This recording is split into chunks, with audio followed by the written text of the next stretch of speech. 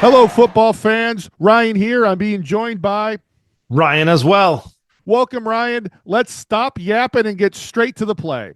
You remember opening up, we were talking about that they have a lot of speed, a lot of Another good swing receivers. pass. This is a Nice first move, down and and he's made two people he miss. he's gone. And he's No, is embracing he? everybody. And He's it's going gone. to be touchdown Ruiz. It's a, He it's is. a real nice run. That's a nice little play. No, another Very good flag. play by number two. Good moves. We like to That see was a that, 60-yard but catch and run, I think folks. there's some laundry on the field, Ryan. Yeah, and you're going to be able to Second see it penalty coming because back, you man. can always tell Beautiful the run, players. too. They just Like their Sherando body would have to language do just this. tells you, oh, this play's Ineligible coming man back. You don't even need to downfield. see the flag. Oh wow, you kidding me? We'll see the white hat signal Big here penalty there. They'll have to in a mark that sec. off, but There's the Sherando flag. seems every play they do Right mark, they just around dial the up. It's line like of 7 scrimmage, yards, we have 6 the yards, flag a you little know? before it. They just they can't help themselves.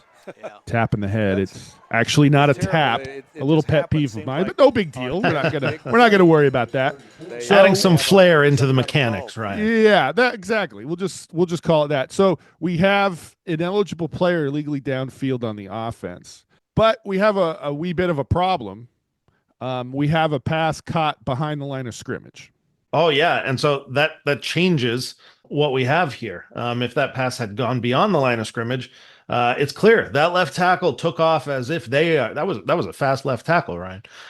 They took off as if they were a wide receiver, and if that pass had gone beyond the line of scrimmage, I think that call would have been righteous. But given that that pass did not cross the line of scrimmage, Ryan, doesn't the rule book say that we do not have a foul in that situation? The rule book says exactly that. Rule 7, Article 12, ineligible A players, so that would be your ineligible numbers, 50 through 79, may not advance beyond the expanded neutral zone on a legal forward pass play before a legal forward pass that crosses the neutral zone is in flight. And I love how they word it. It makes it so easy to understand. If B touches the pass in or behind a neutral zone, the restriction is terminated.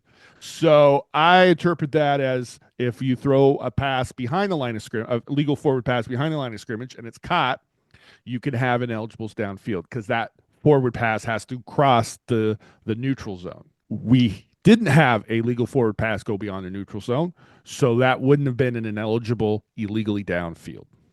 And Ryan, we also see that same exception with things like offensive pass interference, right? If the pass does not cross the line of scrimmage, you can have those wide receivers out blocking in front of them. We have a couple teams out down here in Southwest Washington that run sort of a bubble screen like that, and it's always just making sure, hey, let's make sure that pass did not cross the line of scrimmage, and otherwise they can start blocking early on it. Yeah, so we need to be aware of where that pass is caught because that could affect the play, such as a play like this. And I believe that's a little different than the football we see on TV. Don't quote me on that. I read our rules book. I don't read their rules book, so I'm not quite sure, and it's just what I glean from watching. But it seems like that's not the case. But regardless, at our level, you can have linemen go downfield and throw a legal forward pass that's caught behind the neutral zone, and you're golden. We operate a 5-person crew here in Washington, and our umpire is now in the offensive backfield, and so because of that, our headlines, that's their call, and so it'd be interesting to hear in the comments, what is everybody else, whose call is that in your association, whether you're doing 5-man or 6-man or more. Whose call is that? Because for us, it's now transitioned to being headlines, and which isn't necessarily a call that you would think headlinesmen would traditionally make. Yeah, and the mechanic also in our state is the headlines is supposed to hold the line of scrimmage until the ball crosses the line of scrimmage, and none of them leave early. No, none of them. They all stay there until the ball crosses the line of scrimmage. So yeah, and I think as younger officials coming up, it's key to remember or to pay attention to where that pass is caught. And that sometimes is an element that is missing. I think maybe we don't highlight it enough, or at least our association. Maybe we need to highlight that more. We need to know not only who catches the pass, but where the pass is caught. Now it appears this crew got it wrong, but they did not. We got more video, so let's go to that video. And we picked the video up pretty much at the end of the previous video. And at the top of the screen, we're going to have a crew saver come in, member of the crew. You could tell he kills the clock. He's got something to say, and they're going to huddle. Looks like he's on white sidelines, so maybe he got a clue from the offensive team there. Maybe somebody, hey, we got video. It was behind the line of scrimmage. Here, take a look. Not that we take a look, but. And so something clicked, and they're discussing the play. Remember, a touchdown was scored. He's on the mic, and he's got to go tell the coach. That's a long walk, and you can tell by the reaction of the team in white that the touchdown counts. And cool for the kid, because that was a nice play, and it's cool that he gets to keep that touchdown, and it's cool that the crew, they figured it out. Ryan, and for any white hats in the comments, how do you approach that conversation with the coach when a call that looked like it was going their way after further discussion is not going their way?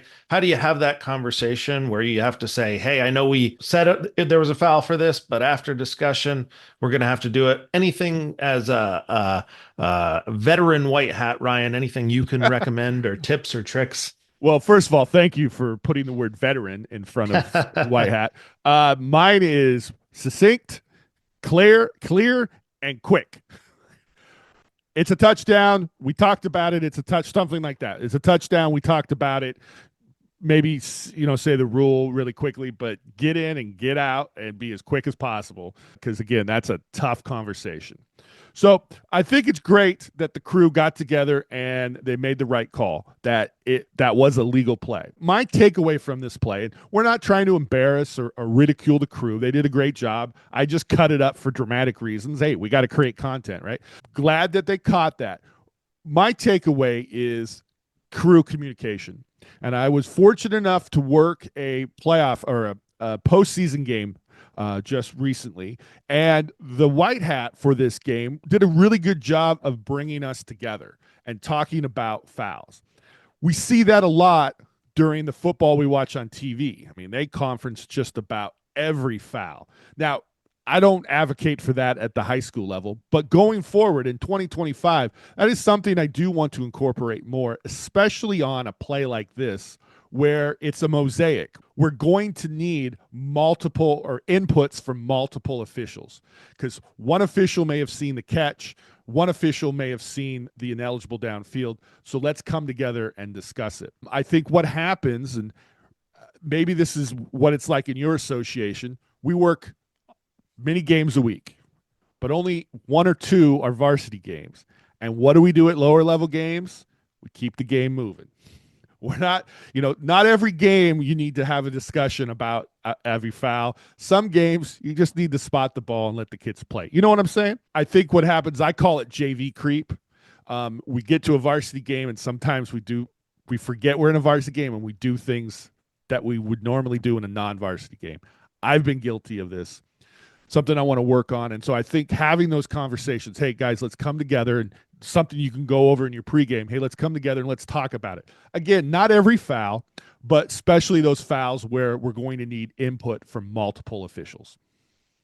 Yeah, I think it's a great point. We got to have that communication. I think that there's a few points to that I want to touch on. One is, I don't care if this is your first year being a varsity official or it's your 20th. If something doesn't look right, let's talk about it, because even people who've been doing it for a long time can make mistakes and have blind spots. And so even if it's your first year, hey, it's some of the similar penalty enforcement. Hey, is that 5 or 10 yards, to your white hat?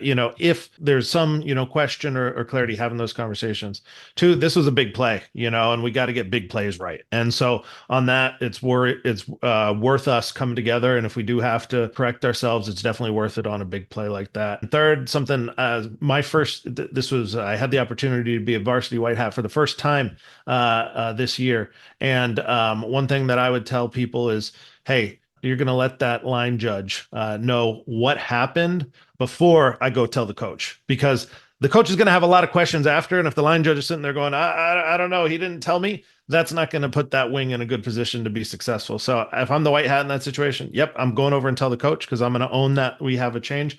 Before I do that, I'm going to pull in that line judge and say, hey, this is what happened. We ruled it ineligible, but the pass was, didn't cross the line of scrimmage, just so that you can tell your coach, and then let's go. So then at least they know the context and can have that conversation. Now, this might be easier if you got radios. We use radios, and about some of my varsity games we use radios, some we don't, but still, whether it's a radio or not, making sure that wing official knows the situation so that they can answer any clarifying questions. It sounds good. Sounds really good. And just to let everybody know, Ryan did a great job in his first white hat game. The crew only missed 3 downs, so that's good. Yeah. I'm kidding. Touchdowns are worth 9. Touchdowns are worth 9 points, right? He got all the downs. They didn't miss a down. No, he did a great job. I'm kidding. I joke. All right. Well, hey, tell us what you think of this play. How do you handle these types of plays where you need input from multiple officials, especially kind of when we're dealing with the neutral zone and the line of scrimmage and all that fun stuff? So let us know in the comments section below. We appreciate you watching. And now, the 5th quarter.